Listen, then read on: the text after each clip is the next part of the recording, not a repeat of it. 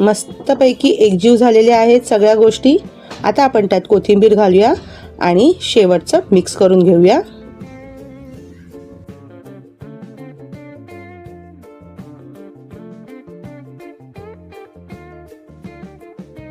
पहा, तयार आहे आपला चमचमीत असा अंडा खिमा मसाला.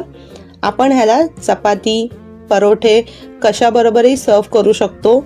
खूप अप्रतिम अशी चव येते आणि खरंच ऑमलेट, बुर्जी हे खाऊन आपण खरंच कंटाळतो आणि ह्या गोष्टी आपण दरवेळी बनवतो.